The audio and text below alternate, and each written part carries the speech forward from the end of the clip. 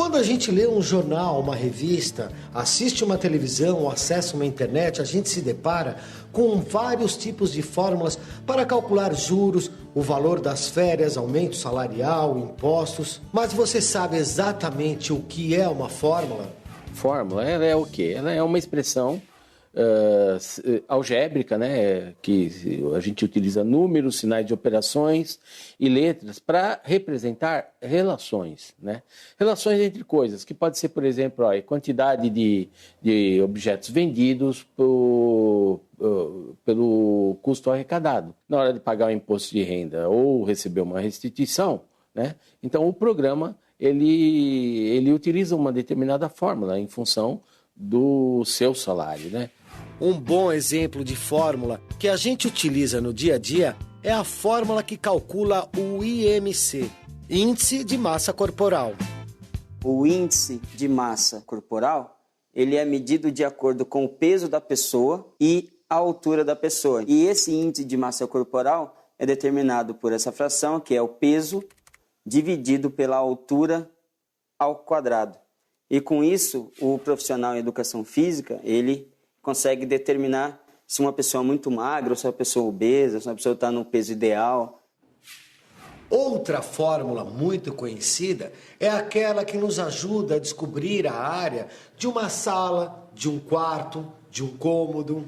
O meu trabalho é a colocação de pisos e azulejos e tudo que se refere a acabamento interno de apartamento e residência. Eu cobro 55 metros quadrados. Eu vou pegar a trena de uma parede à outra, vai dar 4 metros. Eu vou marcar 4 metros nessa posição. Eu vou medir 5 metros. 5 vezes 4, 20. 20 metros. Eu vou cobrar 20 vezes 55.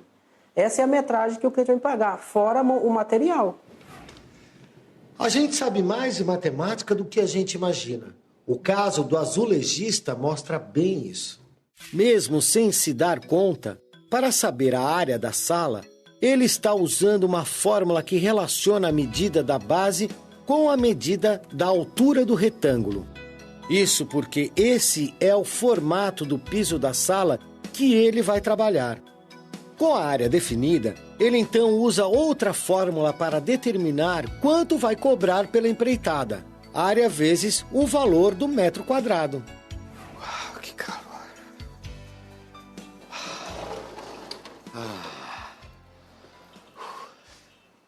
Essas duas fórmulas são utilizadas por milhares de outros profissionais, como pintores, pedreiros, vidraceiros, serralheiros. E ao contrário do que todo mundo pensa, elas são úteis não só para determinar uma área total e o preço final de um serviço. No caso do retângulo, nós temos a fórmula padrão, que é a área é igual a base vezes a altura.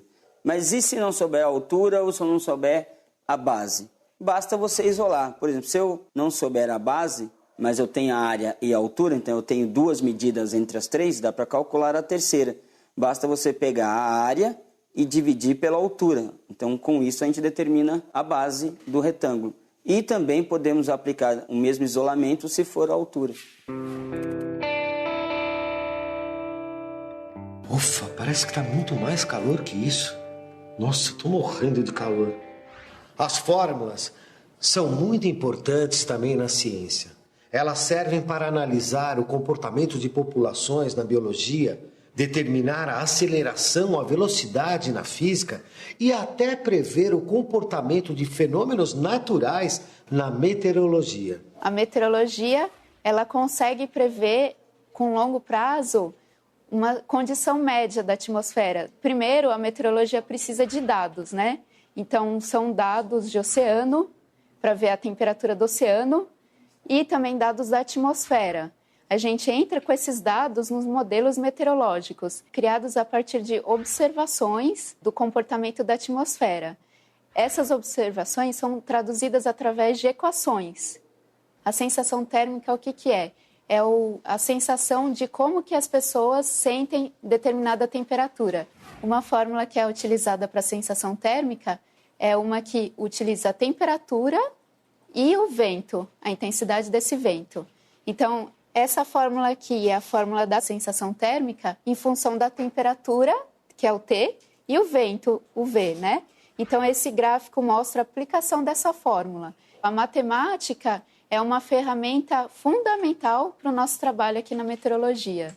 A fórmula criada para representar a sensação de calor ou de frio que a gente sente leva em conta duas variáveis, a temperatura ambiente e a velocidade do vento. Mas está calor, viu? Ou seja, se a temperatura ambiente for de 28 graus Celsius, como agora, e a velocidade do vento de 1 metro por segundo, é possível calcular a sensação térmica que vamos ter. Nesse caso, o equivalente a aproximadamente 29 graus Celsius. Agora dá para entender porque eu estou sentindo tanto calor. Não tem vento.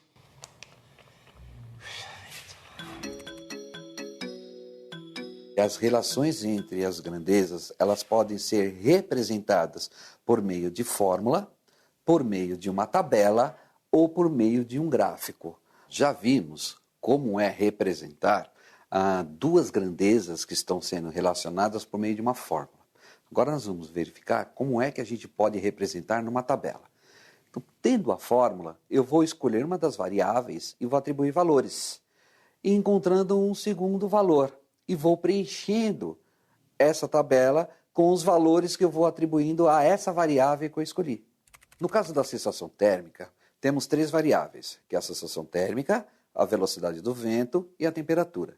Tendo a temperatura como fixa, o que podemos variar é a velocidade do vento. E atribuindo valores para a velocidade do vento, valores diferentes, encontraremos sensações térmicas diferentes. Assim a gente constrói uma tabela. Por exemplo, se a temperatura ambiente for de 28 graus e velocidade do vento for de 10 metros por segundo, é só a gente trocar o valor de V na fórmula por 10 e o resultado será 25,71 graus.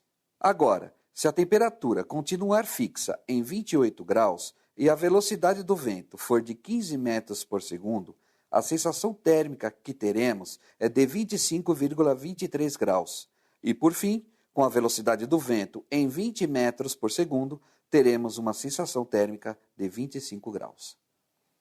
Com os resultados dispostos numa tabela, facilita no dia a dia a análise quando você vai, por exemplo, consultar uma tabela de preço, onde os valores já estão pré-estabelecidos e os resultados também estarão pré-estabelecidos nessa tabela. Com a tabela, realmente fica tudo mais fácil. Outra coisa que ajuda quando você precisa ter acesso rapidamente a uma informação é o aplicativo do computador. Aqui eu estou utilizando um aplicativo que converte a temperatura em graus Celsius para a escala Fahrenheit, que é a escala de temperatura usada em alguns países de língua inglesa, como Estados Unidos e Inglaterra. É só colocar a temperatura em Celsius e pedir para converter para Fahrenheit. Olha que rápido! E dá para fazer a conversão inversa também, de Fahrenheit para Celsius. Duas escalas bem comuns utilizadas na meteorologia é a escala em Celsius, graus Celsius, e a escala em graus Fahrenheit. A escala Celsius ela é baseada no ponto de ebulição da água e no ponto de congelamento. Já a escala em Fahrenheit ela é baseada no clima da Terra, particularmente onde há civilização. Existem fórmulas que podem fazer a conversão entre as escalas de temperatura. E a fórmula mais utilizada é essa aqui, C, que é a variável que representa a temperatura em graus Celsius, sobre 5 é igual a F, que representa a temperatura em graus Fahrenheit, menos 32 sobre 9. Pois é, não existe mágica. O que esse aplicativo faz simplesmente é converter as escalas de temperatura a partir da mesma fórmula matemática que os meteorologistas usam.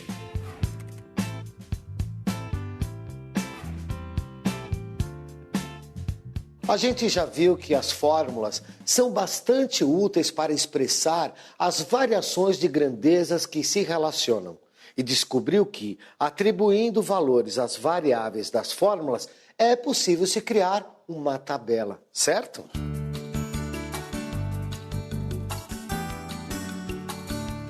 Mas existe outra forma bem mais eficiente de representar as variações das grandezas. E essa forma é o gráfico. Para muita gente, gráfico é uma palavra muito esquisita, uma palavra técnica. Mas você já parou para pensar que grafar o nome é registrar o seu nome, né? Escrever por um registro físico ali no papel, em que você deixa uma marca, né? Quando você faz aquilo a lápis, você deixa grafite ali. A palavra grafite e a palavra gráfico tem a mesma raiz. Tudo tem a ver com a ideia de registro, né? Os matemáticos descobriram, não há muito tempo, a possibilidade de expressar uma relação entre duas variáveis por meio de um registro visual, né? Então, no primeiro momento, esse registro ele era por meio de uma expressão algébrica, né?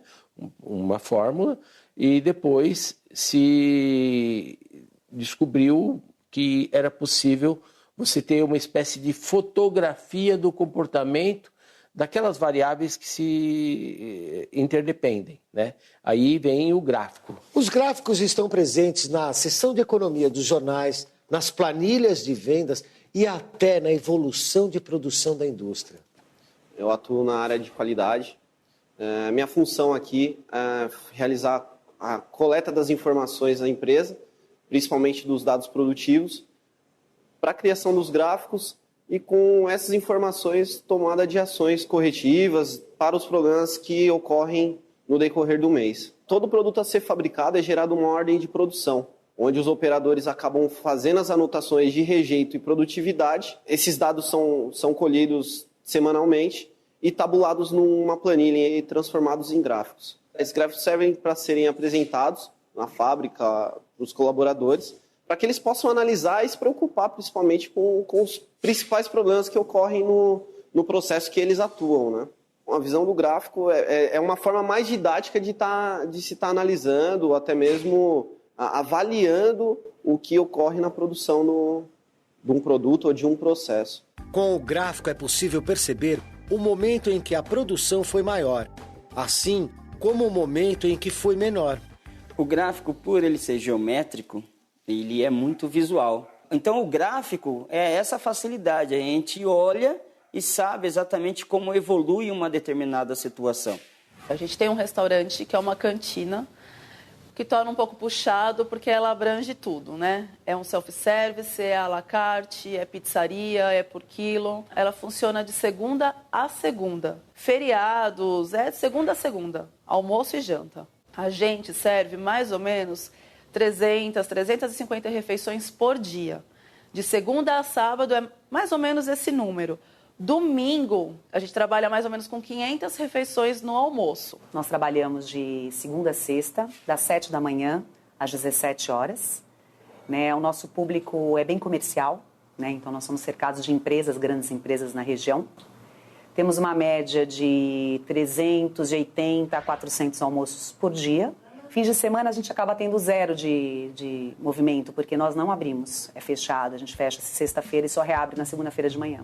Olhando para esses dois gráficos, a gente consegue enxergar claramente qual deles se refere à evolução da arrecadação bruta mensal de cada um dos comerciantes, o que não fecha nunca e, portanto, não para de vender seu produto durante todo o mês, e o comércio que fecha aos finais de semana.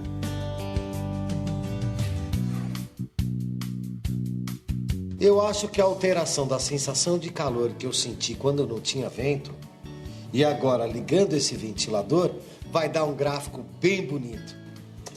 E para construir esse gráfico, é só marcar os pontos da tabela no plano cartesiano. No eixo X, a gente coloca os valores referentes à velocidade do vento. E no eixo Y, a gente marca os valores da sensação térmica que depende da variação da velocidade do vento. Olha que legal. Com ventinho é melhor. Tchau, pessoal. Até a próxima. Valeu.